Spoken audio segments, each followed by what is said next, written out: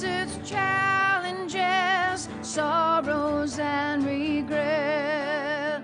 But in the shadows, let us not forget, we who now gather know each other's pain. Kindness can heal us as we give, we gain. Sing now in friendship this our heart's own song. Let's sing that one again. Sing now in friendship this our heart's own song. Thank you. Thank you, Jory. Welcome. Unitarian Universalism is a liberal religious tradition, a tradition that values freedom and religious thought and journey, upholding the unity of our interconnection to all life and the universe, and the universality of love and hope in community. My name is Melanie Edge Adams, and I am a member of the Chalice team. I sing in the choir and I speak sometimes. Unitarian Universalists believe in the inherent worth and dignity of every human being. We welcome you, whatever your age, wherever you are on the gender spectrum, regardless of your circumstances or backgrounds. No matter the ways and means of your life, we welcome you to celebrate it as you live it, and ask that you join us in making the world a better place.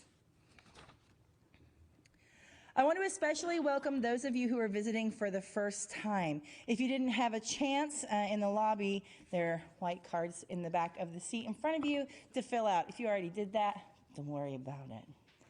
There are also yellow cards on the seat in front of you. They look like this. These are for joys and concerns that we will share later in the service. Feel free to start filling those out now. There's no need to wait. These will be collected when you come forward to drop a stone. If you need hearing assistance, that's available. You'll see someone at the back table for that. And children are always welcome in our service. If you need to step out for a moment, there is you can step into the foyer, and there's also nursery available downstairs. And as always, please join us for coffee and conversation. As was mentioned earlier, Bill Nichols is going to be our speaker today. Bill was born March 16, 1933. He's a Korean War veteran, former Southern Baptist minister, former Unitarian Universalist minister, former commercial pilot and flight instructor, former commercial artist. I painted this painting down here that has been lovingly gifted to our congregation. He's been an active member of UU congregations and communities in Atlanta, Georgia, Franklin, North Carolina, and Mountain Home, Arkansas, and since last February has been a regular at our fellowship here.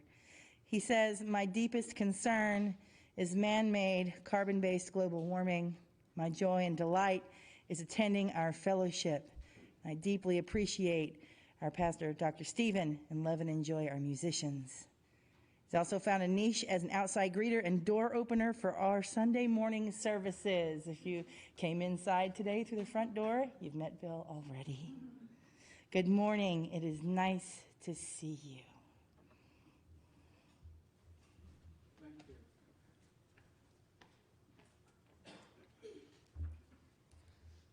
Good morning, everybody.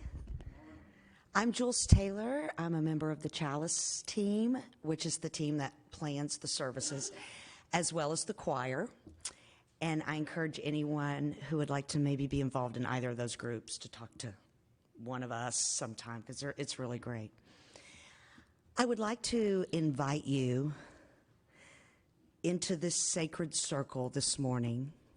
And for the next hour or so, if you could just release your expectations, the expectations that you have of what could happen now, what could happen later, the expectations that you have of yourself, the expectations that you have of others. Release the perceived expectations that others have of you, the way that you perceive what other people want you to do. Release it all. For this 1 hour, just be right here. When you come to a Unitarian Universalist fellowship, you are so safe. We support each other on a diverse paths of individuality as we seek truth and knowledge. We encourage all the diversity in all of yourselves. Please open your heart for the next hour and share this time with us. Thank you.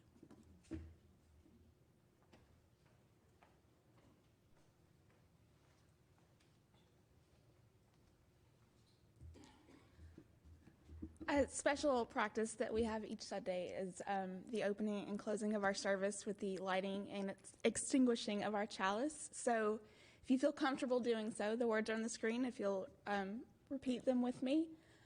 Love is the spirit of this church, and service is its prayer, to dwell together in peace, to seek knowledge and truth, and to help one another. Thus do we covenant together.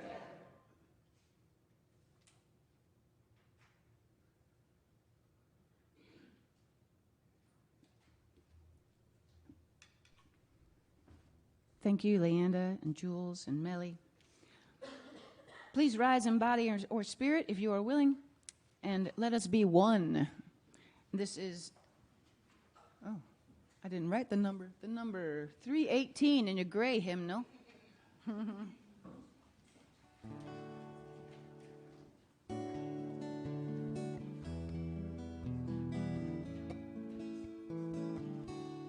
we go. We would be one, as now we join in singing our hymn of love, to pledge ourselves anew to that high cause of greater understanding of who we are and what in us is true. We would be one in living for each other, to show to all a new community. We would be one in building for tomorrow a nobler world than we have known today. We would be one in searching for that meaning which binds our hearts and points us on our way. As one we pledge ourselves to greater service, with love and justice strive to make us free. So mote it be.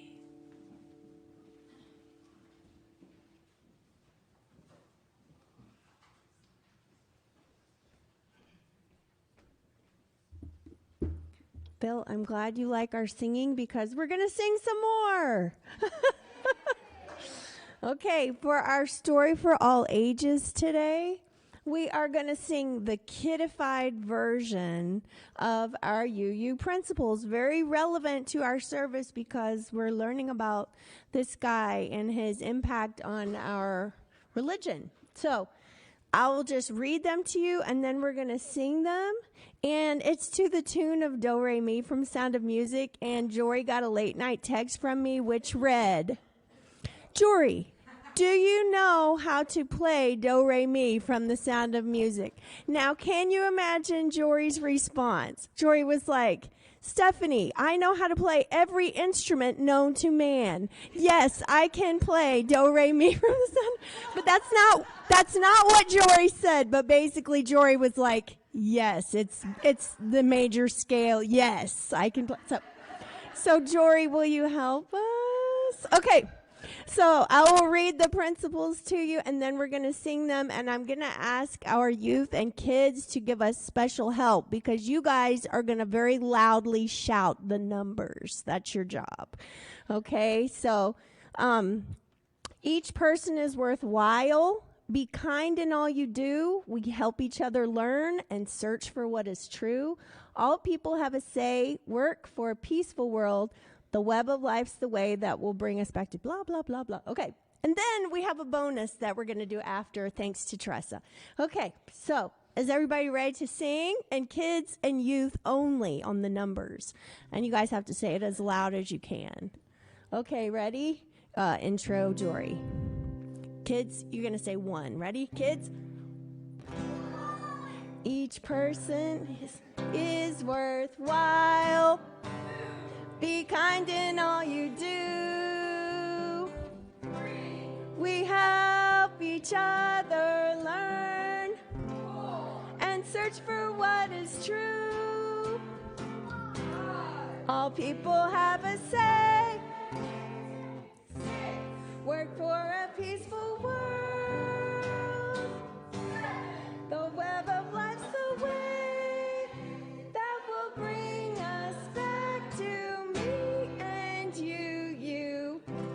Now we don't have to sing the last line. Okay, let's do the next one. Should we do the other one more time really fast? Okay, one more time really fast. With meaning. Okay, ready, kids? Really loud. Each person is worthwhile. Be kind in all you do. That's the spirit. We help each other learn and search for what is true. All people have a say. It's the world. The web of life's the way. Sounds like they're in pain. That will bring us back to me and you. Do, re, mi, fa, sol, la, ti, do, ti, do. And now, the bonus song. The sources, you guys. There's a kid version of the sources that Tressa shared. Okay, so these are where we get our, I don't know, what would you call meaning? These are the sources we glean our religion from. 1, the wonder we all share. 2, the voices of the people. 3, religions of the world. 4, I thought this was really cute, the synagogues and steeples. 5, we use our minds and reason. You got to talk a little fast with this one. 6, earth-centered love of seasons. 7, our own UU tradition. That will bring us back to me. Isn't that fun? Okay, slow the first time, faster the second time. Kids, do you want to keep shouting the numbers? You're doing great. They're like, no. Let's all shout the numbers. Ready? 1, the wonder we all share to the voices of the people. 3, religions of the world, the synagogues and steeples.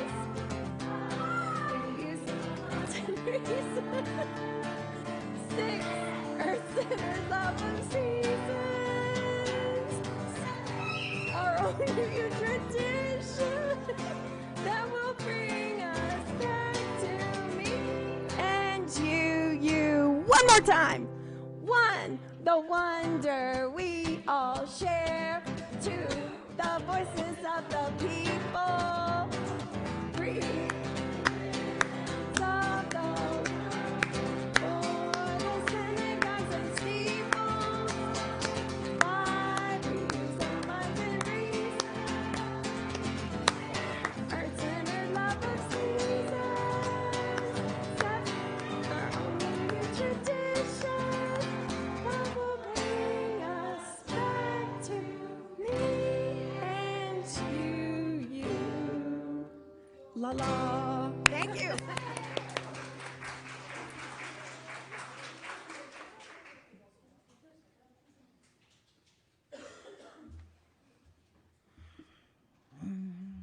Now is the time in our service for joys and sorrows, or joys and concerns. It's been called many things in our congregation.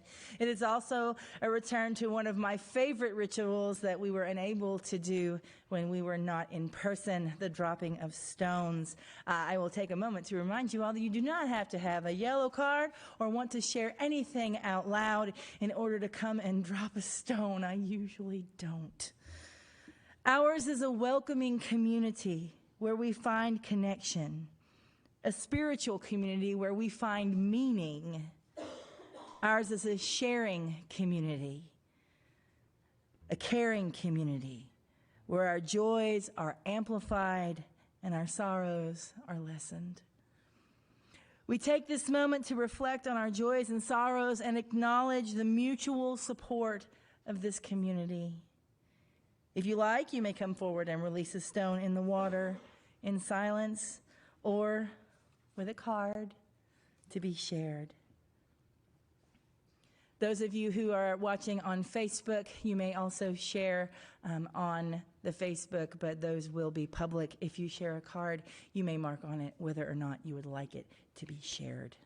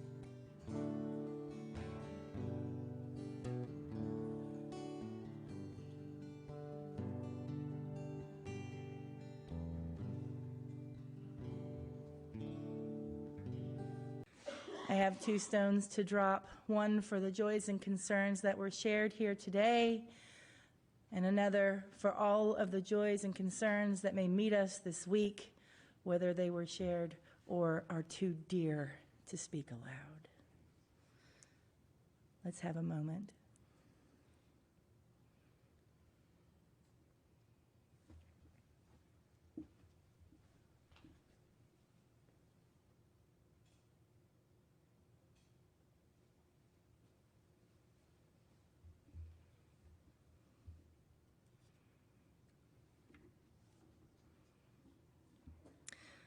May we remember those who have spoken, those they've named, and those who we hold in our hearts in silence.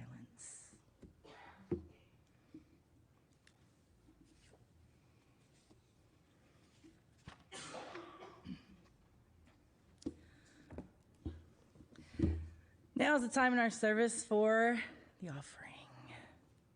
Each week we receive an offering for the support of this congregation, and often for the support of others who are working for a better world. To be honest, we need your support for the day-to-day necessary running of this fellowship. Love is wonderful, but money pays the bills. There's another truth here as well. Some of us need to make an offering not only because the fellowship needs our support, but because we need to remind ourselves of our own generosity. The act of giving something away is a tangible way of acknowledging the gifts we have been given. If we don't have enough for ourselves, we may be poor in material wealth. But when we don't have enough to share, then we are truly poor in spirit. None of us should leave this place feeling poor in spirit. Thank you for all the gifts you give.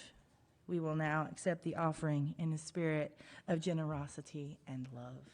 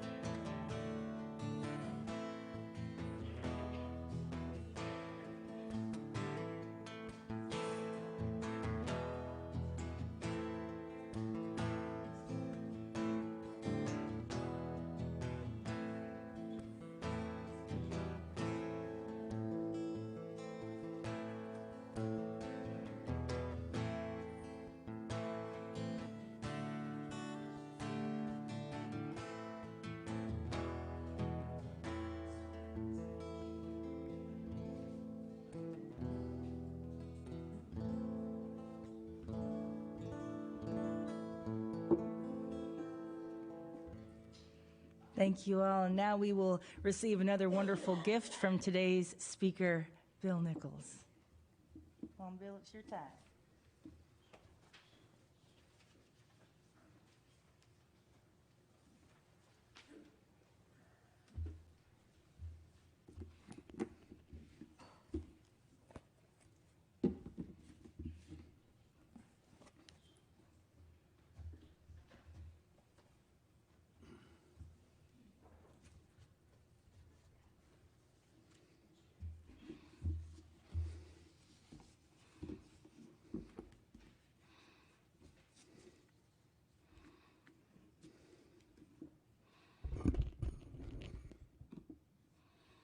Shortly after noon on a cold and rainy late October day in 1553, a procession began at the town of Geneva in western Switzerland on the border with France.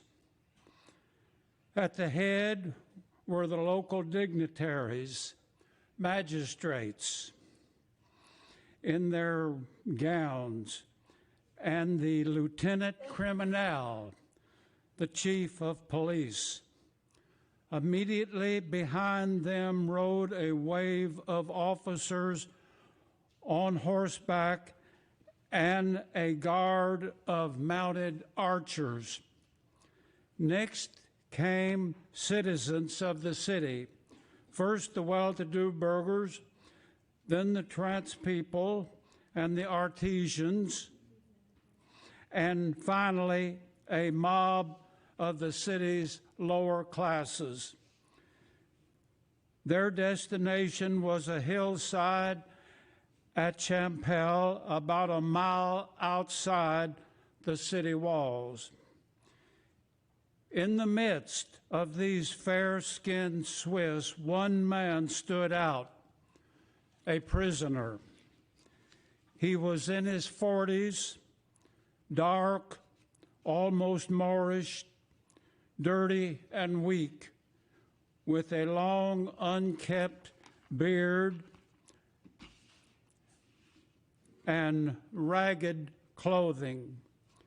He was surrounded by a crowd of pastors, exhorting him to confess his sins. An aging churchman walked next to him, whispering in his ear. The prisoner prayed silently in reply. The prisoner's shabby appearance belied the status as one of Europe's leading physicians and preeminent thinkers. His name was Michael Servetus, and his crime was publishing a book that redefined Christianity in a more tolerant and inclusive way. Although the book contained almost an afterthought of a great scientific discovery, one which countries later would propel medicine into the modern age, on that October afternoon in 1553, no one in Geneva knew or cared. After running afoul of the Inquisition before, he had gone underground and had arisen under a new name, Dr. Villeneuve. Dr. Villeneuve became a famous and respected physician, caring for the rich and the poor alike, without money being of any concern. But Michael Servetus was unwilling to live his life out being true to his beliefs and principles. So he wrote his book and had it printed and distributed. This talk will be about Michael Servetus, a man who paved the way for the emergence of the Unitarian faith. Michael Servetus himself was not a Unitarian per se, because in his lifetime, in the 16th century, there were no Unitarians by name. However, there was Judaism, which strongly held a belief in one God. I'm going to fall back on my studies in college and seminary and share with you the historical growth of the Nicene Council.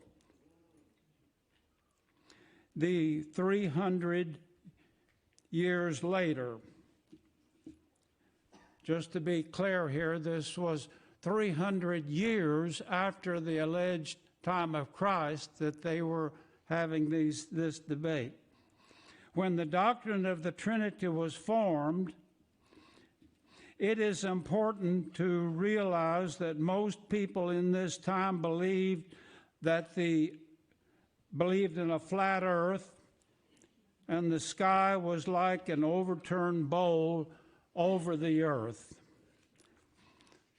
I wonder if you ever tried to go back and look around you. The earth makes a big circle, and it's flat as far as you can see. And then the sky comes down and touches the earth in the distance. We know this is not true, but this is easy to see how that's what they saw and thought that's what was the reality. It's important to realize that most people in this time believed in the flat earth and the sky was like an overturned bowl over the earth. Actually, there were exceptions. Aristotle believed the earth was round but stationary in space and the center of the universe.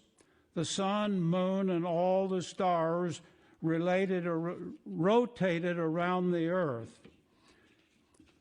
Remember Voltaire. He was forced to deny the earth rotated under the threat of capital punishment.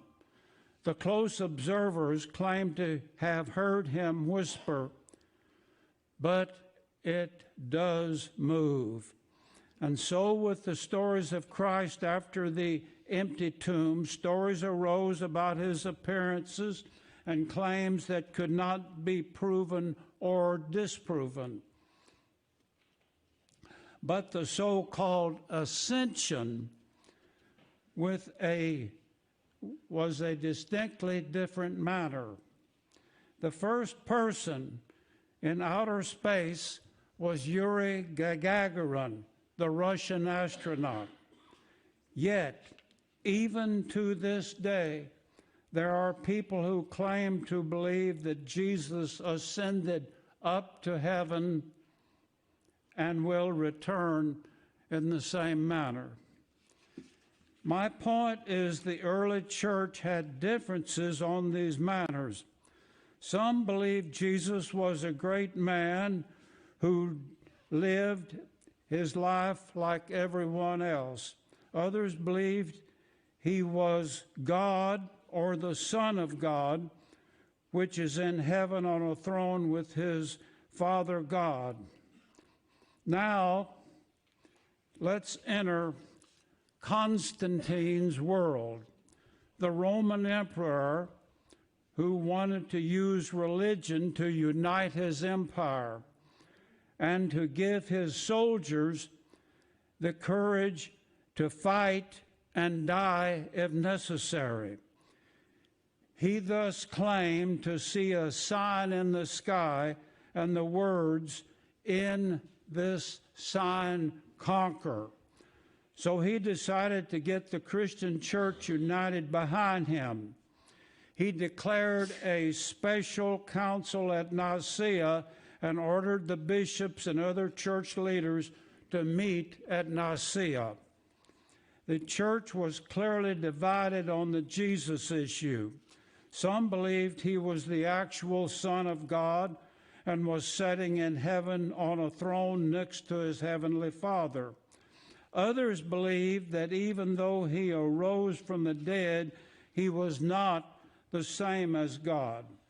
The leaders of this group was Arius. The other group believed that Jesus was the same as God himself come to earth, and the living word, Logos, as written in the first chapter of the Gospel of John in the New Testament. The leader of this group was Athanasius. After a lengthy period of arguments, Constantine became disgusted and demanded a vote on the issue. A vote was taken, and Arius's group won. Jesus was not the same as the eternal God, but Constantine wanted a miraculous Jesus, a triumphant Jesus, and he liked the Athanasian group better and declared them the winner. And all people in the Roman Empire were commanded to believe and could be put to death if they did not. I'm going to take some liberties here and tell you what I think was going on with Constantine. It goes back to the alleged sign in the sky. In this sign conquer. I believe Constantine, a total non-believer, wanted a religion in his empire that was different from the single deity like in Judaism. Thus his soldiers would have the true religion and could kill the people of other religions. It is said that when his army compelled every soldiers, they took them down to the river and threw water on them as a means of baptism. Then they killed them, and then thus sending their souls to heaven. The Roman Church accepted the whole scheme of things and became the official state religion of the mighty Roman Empire. Martin Luther was appalled by the corruption of the religion and rebelled against the religion of the Roman Empire. The German government protected Luther and used his rebellion to separate from the Roman Empire. But Luther also accepted the Trinity. John Calvin also enjoyed the state protection and the protection of himself and the religion he promoted. This was the beginning of what is called the protection of religion and continued to our present time, the Protestantism in religion. Can't read my own writing. Michael Servetus was clearly disrespected and appalled by the Trinity, disgusted and appalled by the Trinity,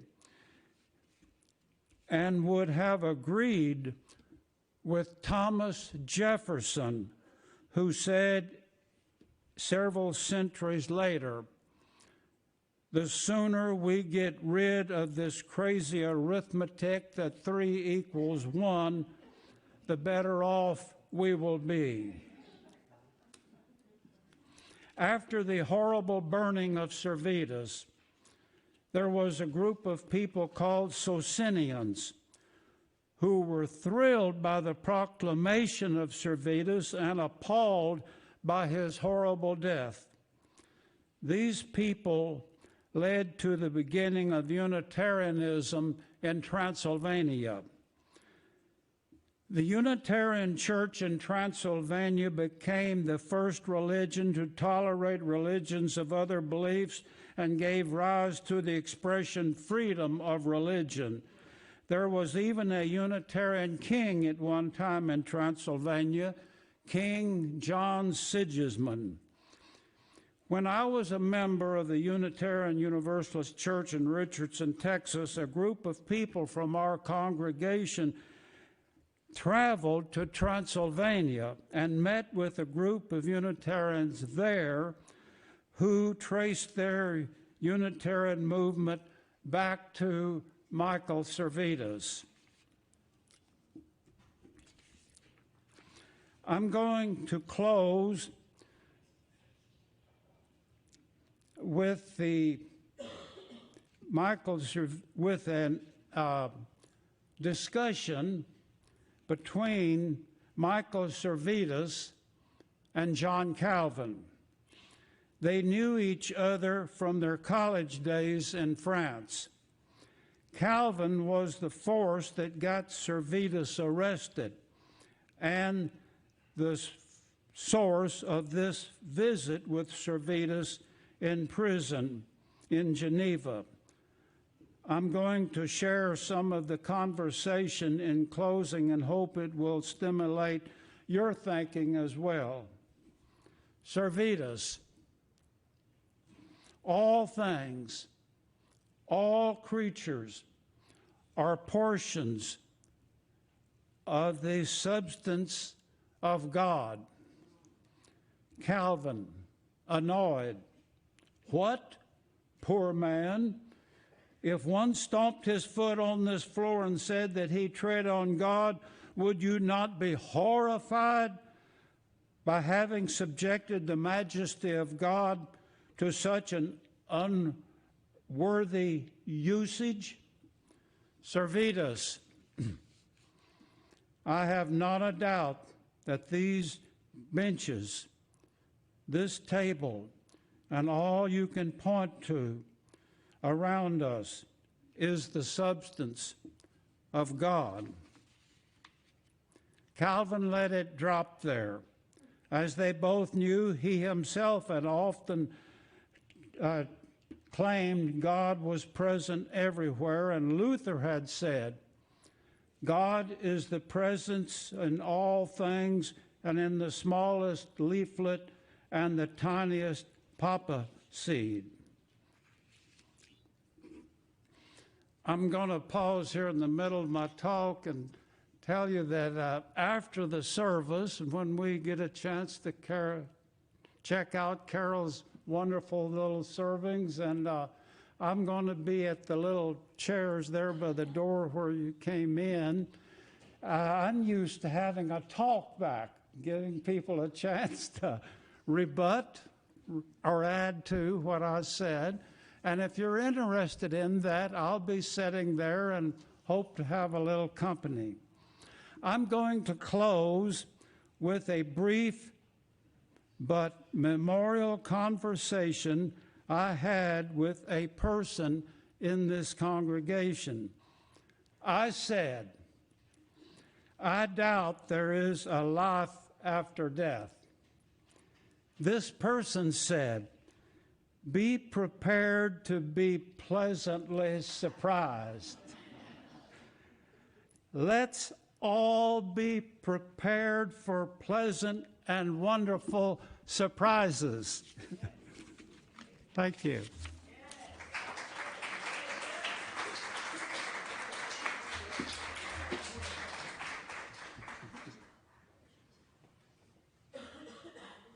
Thank you, Brother Bill. That's what I love about our messages here. They are thought-provoking, bringing history that we haven't heard about before, bringing information that is relevant to today. I went to Christian high school. I did learn about Martin Luther and Calvin.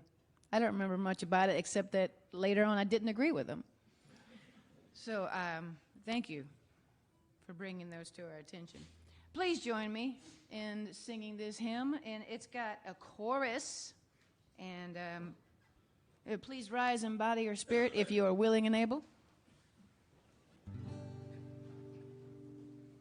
And that's what we're doing. We are building a land. Every time we gather, and we come together in like-mindedness, and we build what we want to see.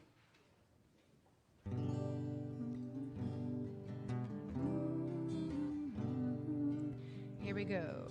We'll build a land where we bind up the broken. We'll build a land where the captives are free, where the oil of gladness dissolves all mournings. Oh, we'll build a promised land that can be. Chorus.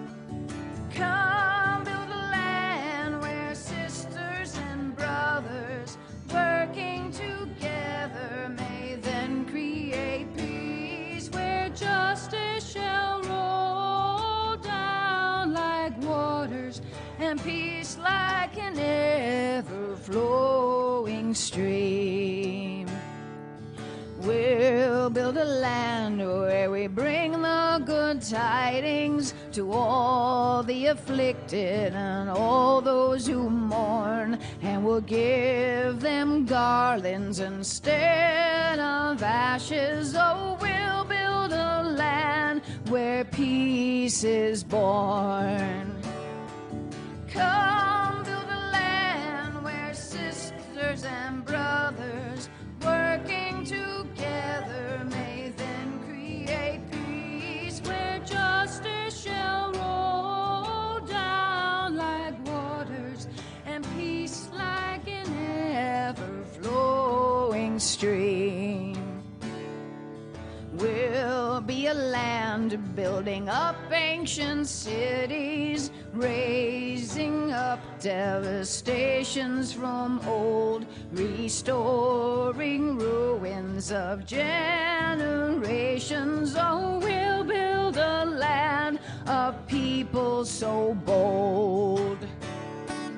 Come build a land where sisters and brothers working together may then create peace, where justice shall roll down like waters and peace like an ever-flowing stream. Come build a land where the mantle of praises resound from spirits once faint and once weak, where like oaks of righteousness stand her people. Oh, come build the land, my people we seek. Come build a land where sisters and brothers working together may then create peace, where justice shall roll down like waters and peace like an ever-flowing sea. Thank you all. It sounded great.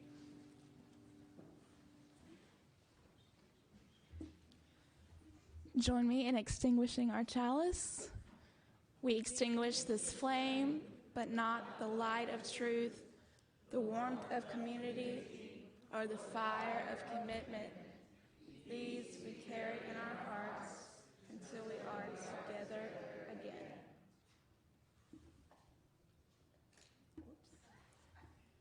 So I was reading this morning and I found this awesome little piece that I think is really cool. It's in our gray hymnal. If you've never looked through one of these, there's lots of cool stuff in it, including our principles and our sources on the very first page. So that's really awesome.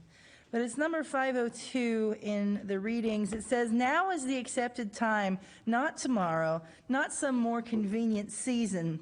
It's today that our best work can be done, and not some future day or future year. It is today that we fit ourselves for the greater usefulness of tomorrow. Today is the seed time. Now are the hours of work, and tomorrow comes the harvest and the playtime."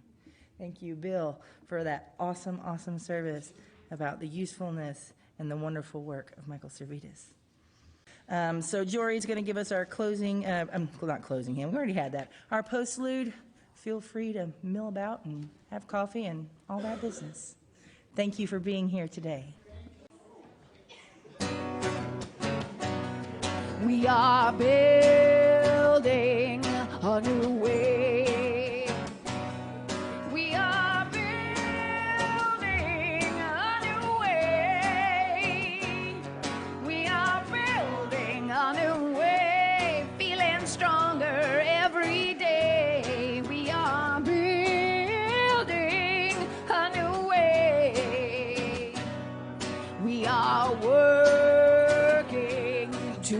free. We are working to be free. We are working to be free, free of hate, greed, and jealousy. We are working to be free.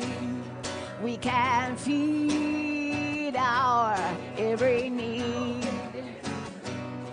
We can feed our every need. We can feed our every need. Start with love, that is the seed. We can feed our every need. Peace and freedom is our cry. Peace, freedom, peace and freedom is our cry. Peace and freedom is our cry.